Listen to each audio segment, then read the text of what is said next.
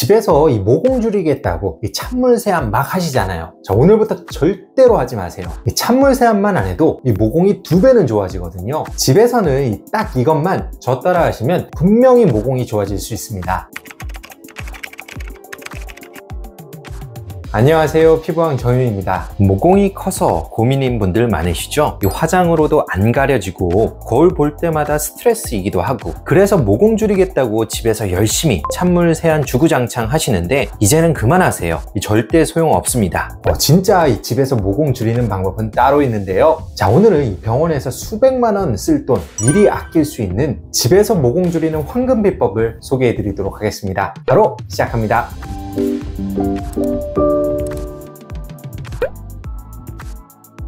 모공을 줄이고 싶다면 먼저 모공이 어떤 구조인지부터 이해하는 것이 중요하겠죠. 모공은 털이 자라는 구멍이자 피지샘에서 만들어진 피지가 빠져나오는 통로인데요. 눈에 띄어서 보기 싫을 수는 있지만 사실 우리 피부에 꼭 필요한 구조물이기도 합니다. 모공에 있는 털은 피부 감각과 체온을 조절하는 역할을 하고, 피지는 피부 위에 유분막을 형성해 피부 장벽을 보완해주는 역할을 하기 때문인데요. 따라서 무리하게 모공을 없애려는 시도는 오히려 피부에 손상을 주고 피부를 민감하게 만들거나 노화를 더 촉진할 수 있습니다. 절대로 모공을 집에서 억지로 없애려 하지 마시고요. 모공이 좋아지고 싶다면 모공이 커진 이유를 먼저 파악하고 맞춤 전략을 세우는 것이 필요하죠.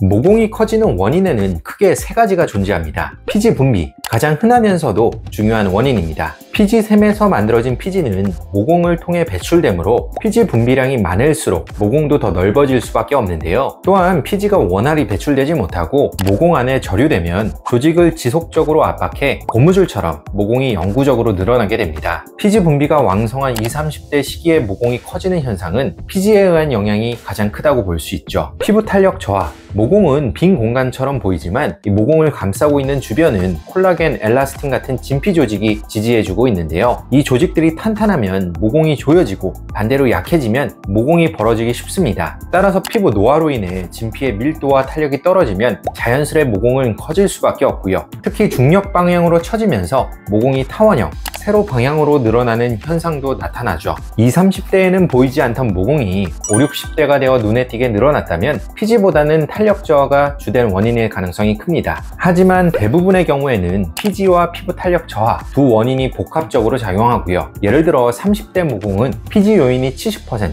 탄력이 30% 정도를 차지한다면 50대에서는 그 반대일 수 있죠. 개개인의 모공 상태와 원인의 비중에 따라 당연히 관리와 치료 방향도 달라져야 합니다.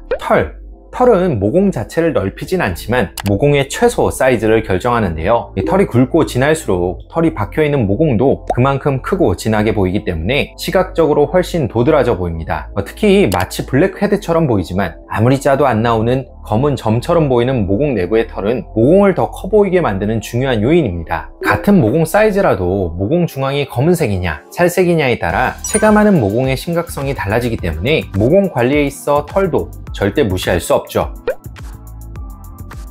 피지는 계속 만들어지고 탄력도 노화에 계속 떨어지기 때문에 이 모공은 시간이 지나면서 자연스럽게 커질 수밖에 없는데요. 하지만 이 평소 생활 습관이 이 모공을 자극하는 방향으로 형성되어 있다면 이 모공이 커지는 속도는 훨씬 더 빨라지겠죠. 처음부터 이 치료가 필요 없을 정도의 모공 사이즈를 계속 유지할 수 있도록 남들보다 천천히 모공이 늘어나도록 미리 관리하는 것이 무엇보다 중요합니다. 그렇다면 이 모공에 특히 나쁜 생활 습관은 무엇이 있을까요? 피부를 박박 닦는 습관, 손바닥, 수건, 클렌징 티슈 등 어떤 방식으로든 피부를 거칠게 문지르는 습관은 모공의 최악입니다. 피부 장벽이 손상되면서 피부가 건조해지고 예민해지며 미세 염증 반응도 생기게 되죠. 피부는 건조함과 예민함을 보상하기 위해 피지 생성량을 더욱 늘리고 미세 염증 반응으로 인한 콜라겐 분해도 유발되면서 피부 탄력도 떨어져 모공이 점점 커질 수밖에 없습니다. 따라서 피부는 항상 부드럽게 만지도록 하고요. 세안 시에도 손끝에 힘을 빼고 살살 롤링 하듯이 해야 합니다. 만약 세안 후에 피부가 당기거나 붉게 달아오른다면 이미 과한 자극이 있었다는 신호이기 때문에 세안 시간과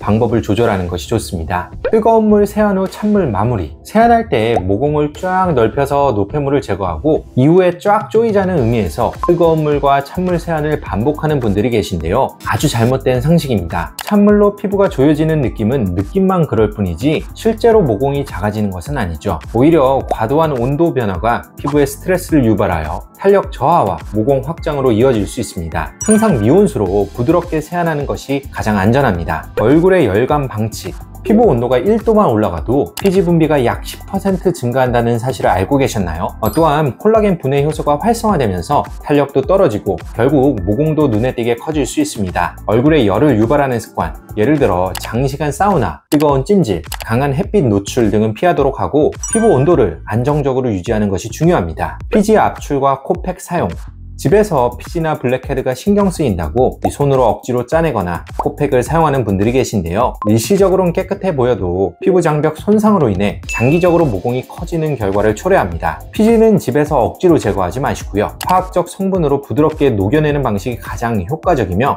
잘 녹지 않는 피지는 건드리지 않고 그대로 두는 것이 훨씬 유리합니다. 자, 정리하자면 이 모공을 넓히는 생활 습관들의 공통점은 피부에 자극을 준다는 점인데요. 이 자극이 반복되면 피지 생성 과 탄력 저하를 유도하고 결과적으로 모공이 커질 수밖에 없기 때문에 자극을 최소화하는 것이 모든 모공 관리의 출발점이라 볼 수 있습니다. 모공은 일상 속 습관과 화장품 선택만 잘해도 개선하는 데 큰 도움을 받을 수 있는데요. 올바른 세안 습관, 세안은 매일 하는 만큼 피지 조절과 모공 관리에 있어 가장 기본적인 단계입니다. 피지가 모공에 쌓이면 모공이 늘어나므로 피지를 깨끗하게 제거하는 것이 중요하지만 동시에 피부를 자극하지 않는 방식이어야만 합니다. 절대로 박박 문지르지 말고 항상 부드럽게 세안하도록 하시고요. 메이크업도 얇게 하는 것이 좋습니다. 두꺼운 메이크업은 그 자체로 모공을 막을 수도 있고 지우는 과정에서 자극을 줄 수 있기 때문이죠. 선크림이나 메이크업을 한 상태라면 이중 세안이 원칙인데요. 클렌징 워터, 로션, 밀크 등으로 1차 세안을 한 뒤 약산성 클렌저로 2차 세안을 진행해 주시면 됩니다. 클렌징 오일은 피지, 메이크업 노폐물 제거에는 상당히 효과적이나 유화가 충분히 안 되면 잔여물이 남아 트러블을 유발할 수 있는데요. 따라서 클렌징 오일은 두꺼운 메이크업을 했을 때만 사용하도록 하고 2차 세안을 더욱 꼼꼼히 진행하는 것이 중요합니다. 모공에 도움되는 화장품 선택, 몇 가지 모공에 도움이 되는 화장품이 있습니다. 먼저 논 코메도제닉 화장품인데요. 블랙헤드와 화이트헤드를 묶어서 면포라 부르는데 면포를 잘 만들지 않는 제품을 논 코메도제닉이라 부릅니다. 모공 관리를 위해서라면 모공을 막을 확률이 적고 피지가 쌓이기 어려운 논 코메도제닉 화장품을 사용하는 것이 유리하겠죠. 두 번째로는 아하, 바하가 포함된 제품을 사용하는 것이 좋습니다. 이들은 각질 제거와 피지 배출을 촉진하는 성분들인데요. 특히 바하는 모공 안쪽까지 침투하여 효과적으로 모공을 청소하기 때문에 병원의 여드름, 블랙헤드 관리에도 사용되는 성분입니다. 피부 자극감에 유의해서 주 2-3회 이하로 사용하시면 됩니다. 세 번째는 레티놀 화장품인데요. 레티놀은 콜라겐 합성을 유도하면서 각질 세포 턴오버를 촉진하는 대표적인 안티에이징 성분이죠. 기전상 탄력과 피지 개선이 모두 가능하기 때문에 모공 관리에 있어 꼭 필요한 성분이고요. 다소 자극적일 수 있기에 초기에는 0.1% 이하 저농도로 시작해서 점차 적응하면서 고농도로 올려나가도록 하고 아하나 바하와는 같은 날 사용하지 않는 것이 좋습니다. 마지막은 나이아신아마이드 화장품입니다. 피지 분비를 조절하고 염증을 완화할 뿐만 아니라 미백 효과까지 기대할 수 있는 성분인데요. 아하, 바하, 레티놀에 비해 자극감이 덜하고 안전한 편이라 부담 없이 모공 관리에 사용하기 좋습니다. 자외선 차단, 누구나 잘 알다시피 자외선은 피부 노화의 주범입니다. 콜라겐과 엘라스틴을 파괴하여 피부 탄력을 떨어뜨리고 모공 처짐을 가속화하는데요. 따라서 선크림 사용은 필수이며 바른 뒤에는 정확한 세안까지 포함하여 관리해야 모공을 잘 지킬 수 있습니다.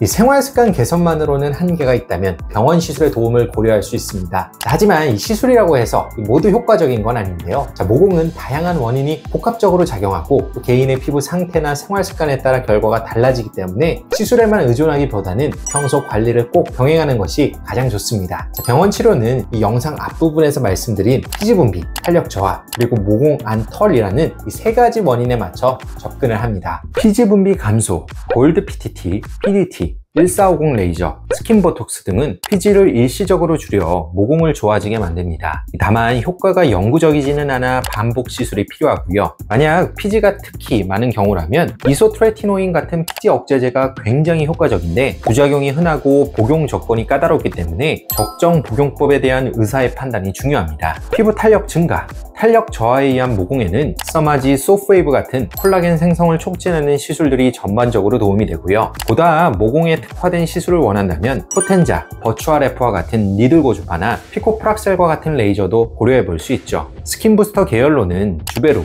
리투오 등이 모공 치료로 많이 사용되곤 합니다. 다만 탄력이 떨어진 것뿐만 아니라 피지 분비도 함께 많은 피부라면 탄력 개선만으로는 치료 효과가 제한적인데요. 더군다나 수없이 탄력 시술을 반복해도 유전적 소인이나 타고난 모공 구조의 한계를 극복하기는 쉽지 않습니다. 따라서 원인에 따라 탄력과 피지를 동시에 조절해야 할지 판단하는 것이 중요하고, 이 부분은 모공 전문가의 정확한 분석이 필요하겠죠. 모공 제모, 모공 안에 털이 도드라질 때는 젠틀맥스 프로 플러스와 같은 제모 레이저가 도움이 될 수 있습니다. 털 자체가 모공을 넓히지는 않지만 모공이 검게 보이는 시각적 착시를 유발해 모공을 더 눈에 띄게 만들죠. 유독 검게 보이는 모공이라면 제모를 꼭 병행하는 것이 좋습니다. 자, 오늘은 이 커진 모공을 어떻게 줄일 수 있는지 자세하게 알아보았는데요. 모공은 치료가 쉽지 않은 피부 고민이지만 또 그만큼 정확한 원인을 파악하고 꾸준히 관리를 하는 것이 핵심입니다. 특히 이 생활 습관에 영향을 많이 받기 때문에 평소의 생활 루틴을 한번 점검해 보시고 올바르게 교정해 나간다면 분명히 모공이 좋아질 수 있을 거라 생각을 합니다. 지금까지 피부왕 정인우였습니다. 감사합니다.